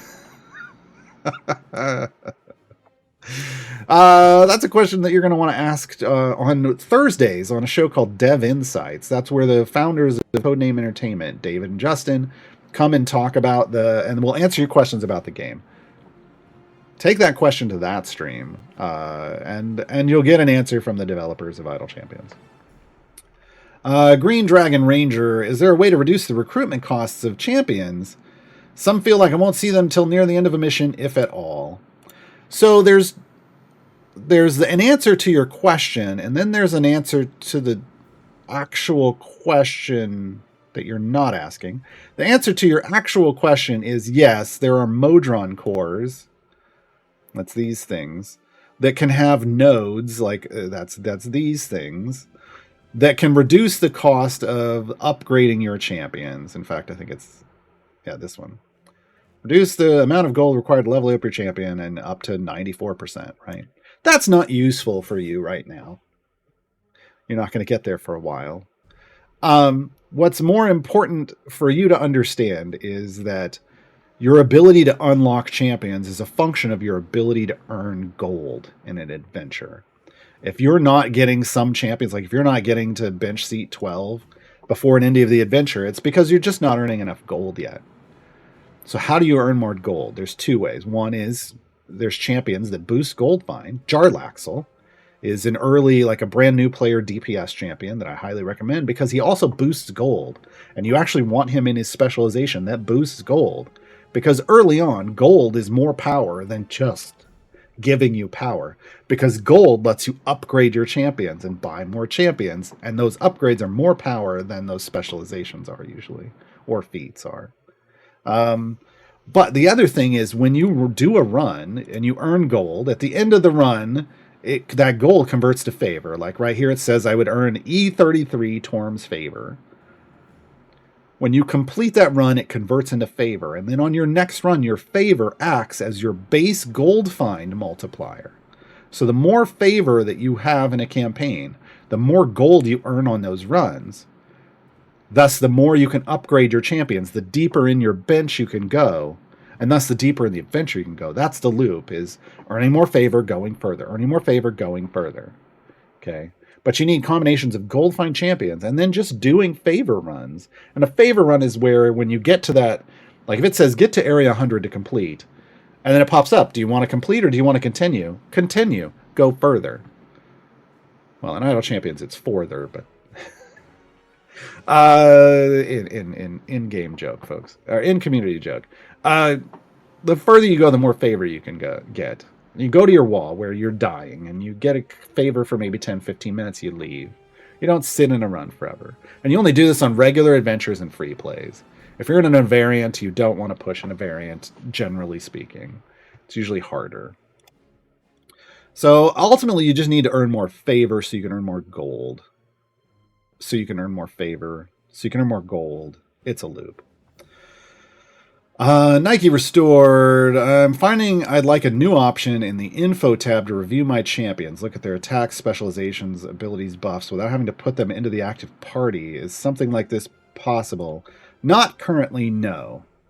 Now we do have this new champion search feature, and you can hover over a champion. You can see some basic information. We never had this before, even when they're not in your party.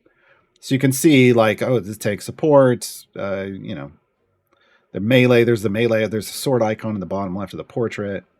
I can see their stats. I can even sort by a lot of stuff to figure out if they're going to be what I want.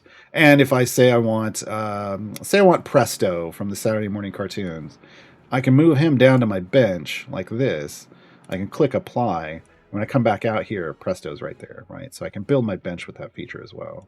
That's the closest we get. If you want their actual abilities, you can't even see those unless they're leveled up. And you have to have them in the party to see them. Outside sources, like I said, I have a guide for every champion over on the subreddit. But yeah, that kind of feature isn't in the game yet. Now, they are currently working on a rework to the champion profile.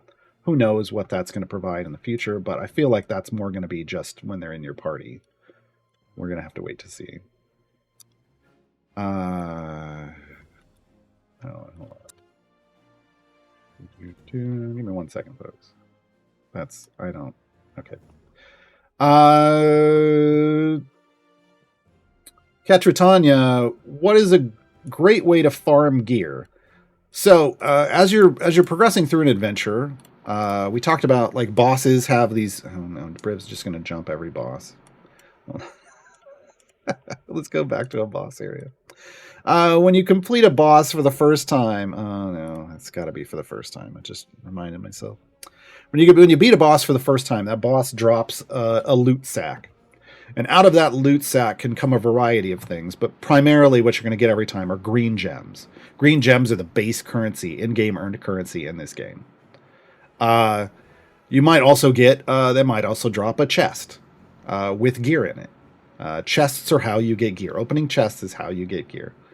Let's do this a little quicker. Let's pick all those up. Go quicker. My familiars, they'll do stuff for me. So whenever you pick up that boss sack, we'll see it in a minute when we get to the boss. And actually we'll make it. I'm going to make it not pick it up right away so that you can see it. Okay, here we go. Those gems come every boss level, and those gems are the currency you need to buy things out of the shop. There we go. There's the boss bag. If I click on it, there's gems. Okay, that's all we got was gems. There's a chance that you'll get a chest, and it's usually a silver chest, but there's a very small chance it's a gold chest, right? So if we take, let me put all this stuff back in here, and we'll put Briv back in the formation. If we go over here to the shop and we click on the gem icon up here, you go to the gem shop. Now mine's pretty empty. That's because I bought just about everything.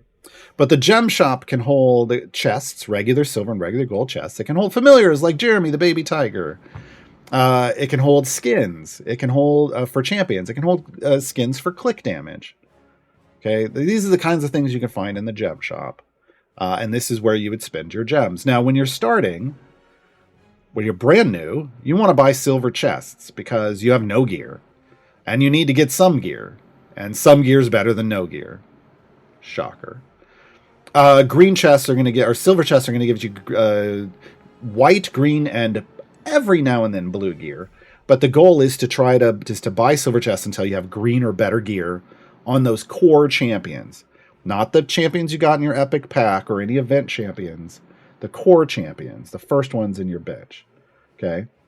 Then you switch over to buying gold chests. Because gold chests can drop green, blue, and purple gear. That's the highest rarity gear currently in the game. Yes, I'm ignoring legendaries because that's not a rarity, it's an effect. I don't care what they say. So this is lootable gear. So once we get to green, then we pop a gold chest. It's guaranteed. Gold chests have guarantees.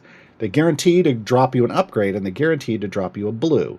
Those aren't necessarily the same things. Which is why we like to get to green first, because that means it's good, the upgrade's going to be a blue, or a purple if we're lucky. And that's the best way to get gear. This is the best way to get gear for your core champions. Now, for your event champions, you got to do event stuff.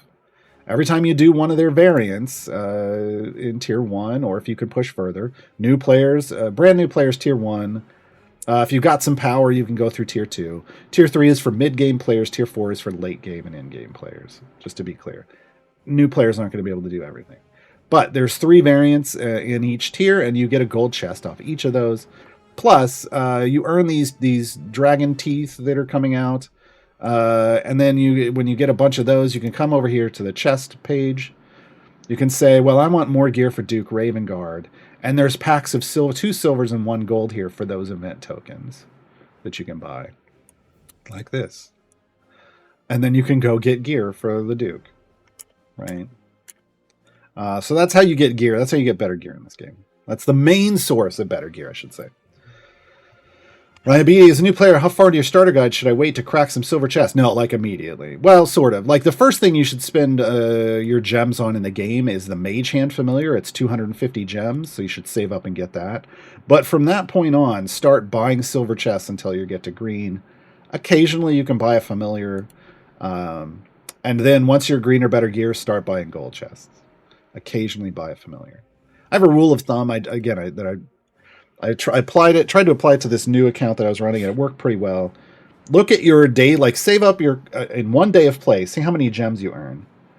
Multiply that by 5 to see what 5 days of play would be. And if in 5 days you can have enough to buy a familiar, then save up and buy it. But if you have to wait more than 5 days to get something, you shouldn't bother. You should just be buying chests. Because those chests are going to give you power. It's going to give you more items. It's going to give you consumables like potions and bounty contracts, blacksmithing contracts, things that you want. They're going to help you progress through the game faster. And so getting them instead of waiting means you're going to have power. You're going to be easier able to complete content, move through that content faster, earn those gems faster.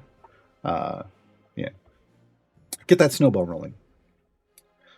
Get that snowball rolling. Topic lol is a brand new player, and due to certain limitations, I need to use Minsk in 1 variant to fill up a party. Sure. Is there some meta way to choose favorite enemies? Sort of. You have to know, like, you have to kind of take a look at what you're killing. You can just wait to choose the favorite enemy, watch and see what you're getting a lot of, and then pick the favorite enemy based on that. Hold on, folks. Emergency alert. Okay. No, I can't do anything about that. I live in the Midwest, and whenever that goes off, I worry about tornadoes, but it's not a tornado. We're good. So yeah, you kind of just have to look, and there are some websites that will have that information. The wiki's okay at it. It's not fully updated for higher level campaigns, but Sword Coast and stuff, it should be okay. There's also, there's now a collection. So if you go to like campaign Sword Coast, and you click on enemies, it's going to kind of tell you what's there, but it's going to tell you the array of them, but not necessarily how frequently you're running into them. And it's the frequency that's more important, right? Shevik, you referenced core and event champions. Is there somewhere I could learn all the terms used in this community? Shevik's throwing me a softball question. I have, folks, if some of the terminology is confusing to you, I have a guide that's Terminology 101, which is basically, it's a huge list of the terms, a lot of the terms, maybe not all of them, that you can use in this game that we might be referencing in this game, so that you can better understand, because words are important. This game has a lot going on. And if you use the one word for something that the game uses it for, but then you also try to use it for something the game doesn't use it for, everybody's going to get confused. And people aren't going to be able to help you. And you're not going to be able to get the information you need. So, understanding some of the terminology can help. Kelpie, when I select party, it displays no core. How does that work? So, this is your adventuring party button. It shows up once you have a second champion in at least 6 of your bench seats. This is where you can find multiple parties. There's only 4 parties total available now. What you're saying is you're seeing no core. As a reward for completing Split the Party, which is the adventure that gets you your background parties, you can unlock Modron cores. There's a bunch of Modron cores. There's also, once you unlock this feature, you can also buy some for gems. There's like 3 that are available for gems, but they're a lot of gems. They're 500,000 gems, which signifies this is a the mid game to late game thing. But you'll get 3 for free. There's a modest core, a fast core, and a magic core that you can earn by doing Split the Party. There's 3 that are available for gems, and then I think there's 1 that's in wild offers, which is the occasional cash pop-up. So until you have a Modron core, then you just ignore it. Once you get a Modron core, then you click on the thing you want, it slots it in. You can view your core. There's a whole game that's built around pipes and creating flow. This is what you would have maybe this little part of it unlocked at first, and you have to level the core up to 15. It starts at level 1, unlocks the rest, and then you have to pipe it out. Yeah, that's a whole other version of the game. It's a lot of power for your account, so not something you have to worry about right away. But it can create automation features, so I can automate loading of my formation and feats and specializations and familiars and everything via that. I can set automated loops for gem farming between the formation and the area goals. I can even set buffs to happen. Athletic Neuro, how's it possible to fulfill course 5th challenge / achievement? Okay. Using the search function, I do not see any combination of 2 characters that have low enough dex for course to boost them to 16 total points. It's not. Why would you have to stop at 2? I'm confused by some of the phrasing here. Hold on, let me pull up. It's easier for me to just pull up Quarth's guide so I can understand what we're looking at. So the achievement that we're talking about is let's get down to business. Parentheses to defeat the Huns. No, it doesn't have the parentheses part, but I can't not do that part. Have Quarth's samurai training increase the base dexterity of the... Oh, it is 2 champions. Of the 2 champions it affects by a total of at least 14.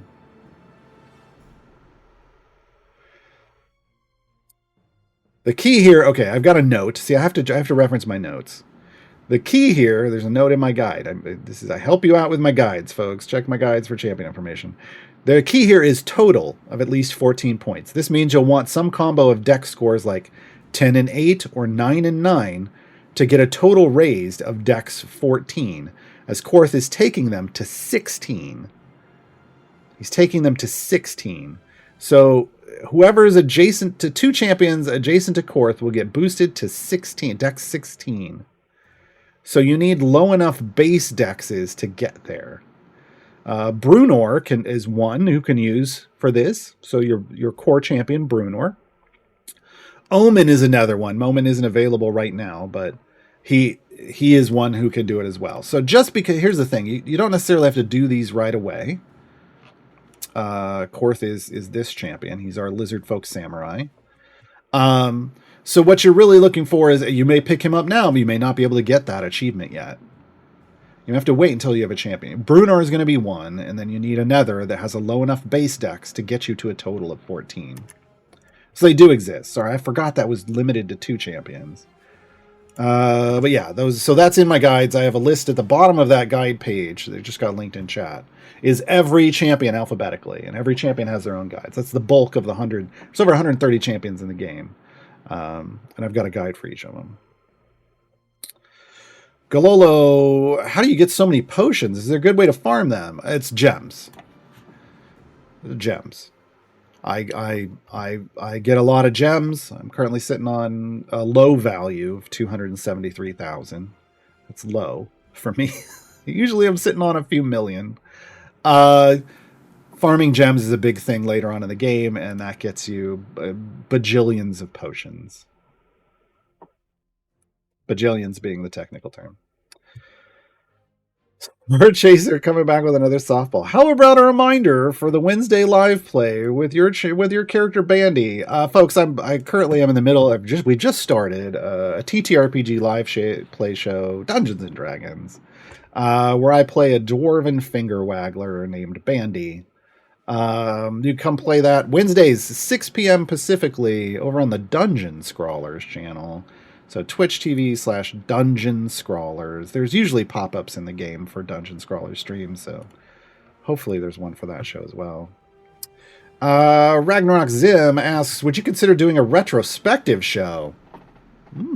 Where you view a timeline of when events started, when patrons were released, and when and how important features evolved. Oh, no, I'm not sure if... So here's the thing. I know when events started. I was here for the very first event.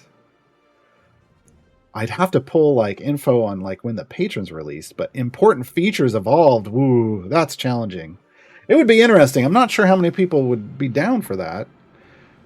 We do what I call back in my day segments. Back in my day. The more you know, or back in my day, or get off my lawn. Segments on my channel, Twitch TV/Gaarawarr. Spelled like it sounds, but I'll there, I typed in chat. You click on my name and toss me a follow. I stream Model Champions over there 5 days a week, currently, on that newer account. It's in the mid game, and we have those conversations at times over there. I mean, it's something I can consider. Maybe I don't know if that would be a tutorial show. I don't know. I'd have to talk to Lauren. Lauren's who decides the schedule of content for Idle Champions streams, and who we figure out these streams with, and we're currently scheduled out a while, folks. Oh my gosh, hold on. How far out are we scheduled currently? Tutorial shows are scheduled through the middle of August currently, so we're planned out we're pretty full. We're pretty packed through the summer at the moment. So who knows? Maybe in the future. Beverheim, how to decide which champions to send to my assault party for trials. Okay, so trials at Mount Tiamat is a mid-game content. It's a group asynchronous play. It's a raid. And you build an assault party, and that's these champions up here. Every player, each one of these is represented by a player, chooses a champion to send. Yes, I've got a guide for this. The champions currently provide bonuses. So like Makos increases the scales you receive up to a max. Well, that's the big reward you get from this is scales of Tiamat. So this is a big deal. This is one of the two things you want to target and try to get as much of as possible. Is when you're brand new, it's really the one you want to target. There's maybe 3 or 4 champions that can boost that. You're trying to get it to 100% total between, if you like, we only need 1 because this person's item levels are ridiculous and max it out. Jarlaxle is who I sent. This increases assault party damage. This is the other big one you want. We have this maxed out as well. But so assault party damage and scales are kind of what you're trying for first. If you know you can complete the difficulty tier of trials that you're doing, you want to try to max out the scales. If you're unsure if you can complete it or not, you want to try to get more assault party damage. And then whatever's left over, fill up with scales. Beyond that, it can be anything. Like I think our party this time chose all champion damage, but you can choose to reduce attack speed. So you attack faster. You can choose to reduce ultimate cooldowns, so you can use your ultimates more often. There's a lot of different boosts. The primary ones are scales boost and assault party boost. I've got a list of the limited number of champions that boost these are in my guide to trials. Gololo, what seat 9 champion would you recommend for an absolute adversaries team? Ooh. Let's go champion search. So seat 9 is over here. The real question is, who are you using as your DPS? Because the absolute adversaries, first off, just kind of like in the game in Baldur's Gate 3, they don't all necessarily work well together. So depending on your DPS, you might have different there might be different answers. I use Karlach as a DPS. I don't use the Dark Urge. Some people use the Dark Urge, right? So with Karlach, I tend to throw in Ayla, usually because I need another tank. It's also debuffer, and I like the debuff that comes off of that. So if I need multiple tanks, it's Karlach. If I don't and I just want a buffer, Birdsong is a super huge support champion and a DPS champion in this seat. So those two are solid. Jaheira exists here as well. And Jaheira is a Heroes of Baldur's Gate, and you can get a tadpole feed. So she might be who you want. If you want a 10 tadpole party, Jaheira may be where you want to go. Just know you're going to need a feat. She is a solid support champion. So yeah, I would say one of those three are good options. Zatsubo, when opening chests, is there a bonus for opening multiple at the same time? There's a bonus in the amount of time it takes. It reduces the amount of time to open the chests. That's it.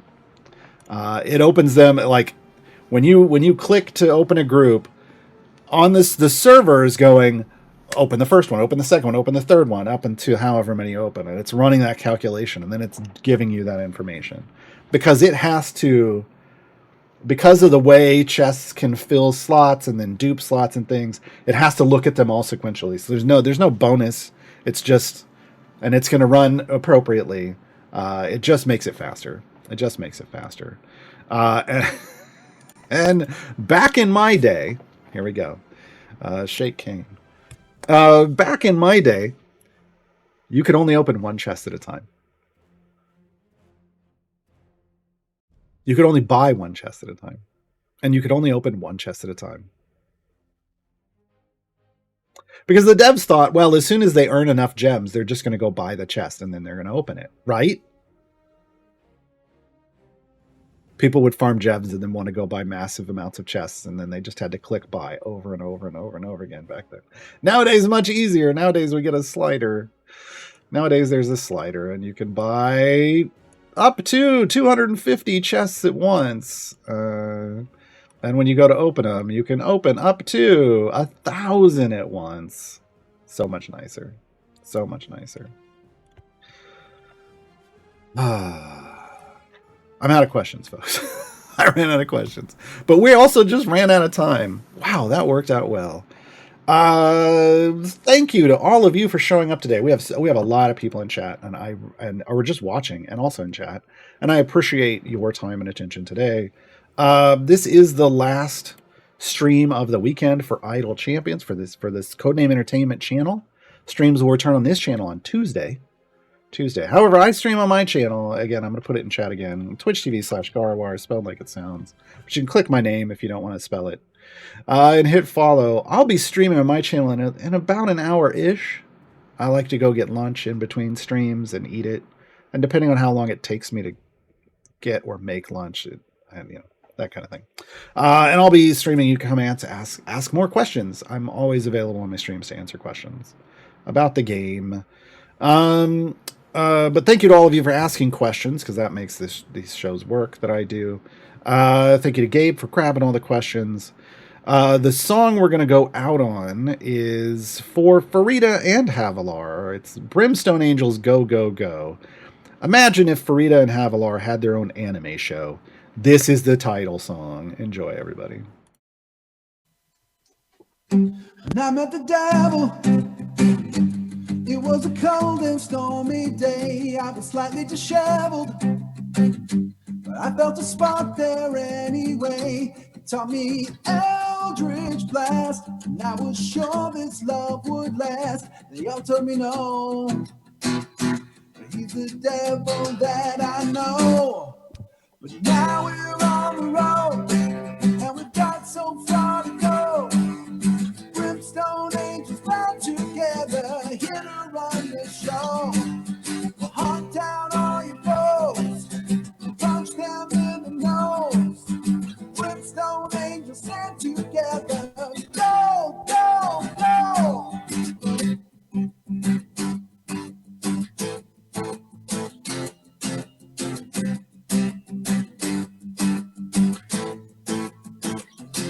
summon the devil. It was such a boring day. He wasn't that special. I was glad to walk away.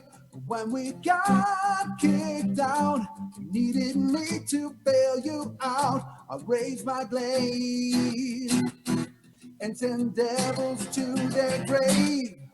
But now we're on the road, and we got so far to go. Brimstone angels got together, here to run the show. We'll hunt down all your foes, punch them in the nose. Brimstone angels stand together, go, go, go. Run someone before we find ourselves. From the mountain peaks to the lowest dungeon dells, I have your back through all of the 9 hells, best of sisters.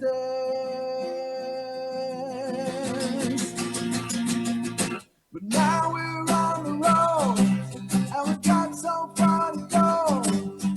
Brimstone angels got together, here to run the show. We'll hunt down all your foes, punch them in the nose. Brimstone angels stand together, go, go, go.